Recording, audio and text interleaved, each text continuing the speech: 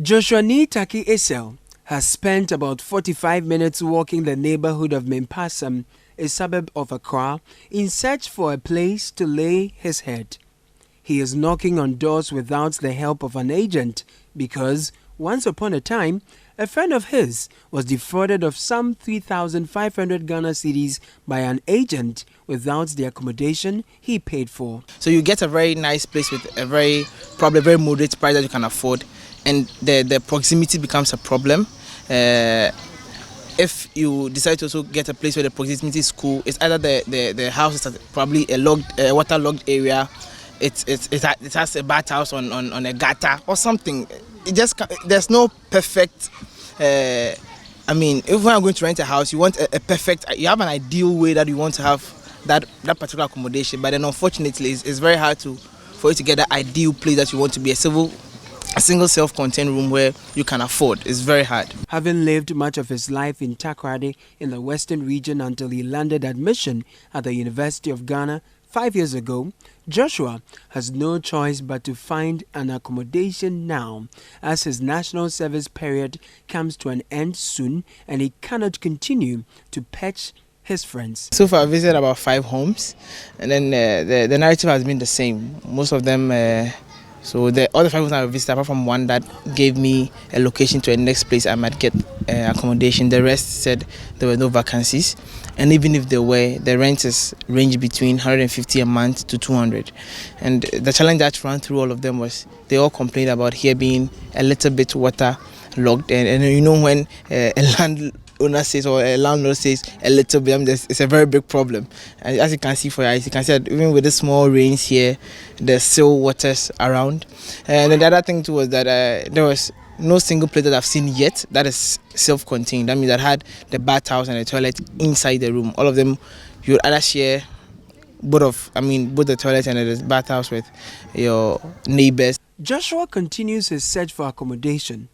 Away from a poorer-looking side of Mempasam, he braves the odds to dial numbers advertised on buildings that are likely to be priced in dollars. But none of his calls get answered. Some 25 minutes away from Mempasam is a gated community that Joshua says is everything he dreams of and more. But for a national service person who earns a little over 500 Ghana cedis as allowance, dreaming is not enough. Fresh graduate, no, we don't have any of such people here, because a fresh graduate will probably be earning around 1,008, 2,000, 2,005. And then the rent for the smallest unit here, it's around 1,800. So I don't think it's feasible for somebody to be earning 1,008 and will want to turn that into rent. Even though the rent packages here are very flexible, you just need to have a year's rent agreement, but you can actually pay in 3 months in that matter. That was Chief Executive of CPL Developers, owners of this estate at Nanakom in Accra. I suggest to Stephen that government takes up pro-poor housing on large scale, as private developers like him often have profit motive that may not support graduates like Joshua. But he lists failed government projects to suggest that a collaboration between the private sector and government may deliver for Ghanaians the affordable housing we crave. Housing Finance Africa. Now this figure is so staggering. In the fact that this is a country of over 30 million people, and we have a deficit of 1.7 million. Ghana housing stock is still less than 4 million. It presupposes that one house probably we're going to have about 7 households in one house. That's what the statistic is showing. Looking at successive governments and then their intervention in direct build of affordable housing has never been the solution, and it can't not be the solution. I'm saying this because in 2006 we saw the initiative of the then NPP government coming up with Ghana Affordable Housing Program that was actually built at 6 different locations, Pone here, Botema, Asokore Mampong, Wa, and other areas. None of those properties were able to be completed. And in 2012, we also saw another government starting with the Saglemi one, which like you've rightly mentioned, it's only 1,500 housing units that they are still struggling to finish. The $200 million project was supposed to see the construction of 5,000 housing units. The first phase, however, is 1,500 housing units. A little over 600 units are said to have been completed by the previous government. But upon my arrival here, I am greeted with huge empty buildings covered by weeds. The facility is under audit over claims of financial infractions. Government officials have promised the state of the projects and the auditing processes are in the best interest of Ghanaians.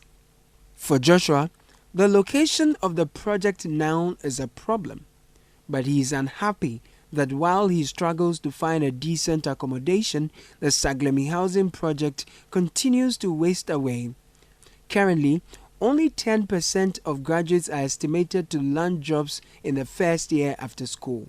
In these COVID times, however, fewer employers are employing. But even if any fresh graduate will land a job, basic salaries before COVID ranged between 1,000 to 1,800 Ghana cedis. Joshua wants government to consider a package that can make it possible for the young middle-class Ghanaian to afford decent spaces like these.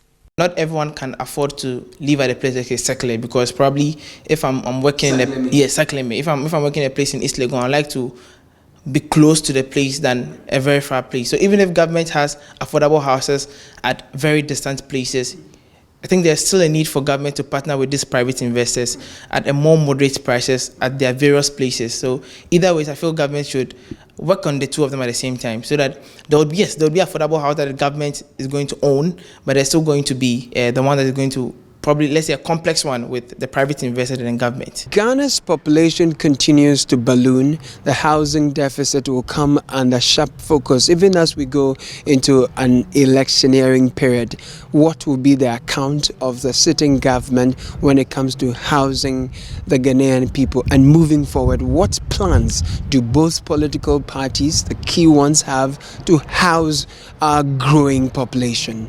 That's a question that many look forward to our leaders to answer.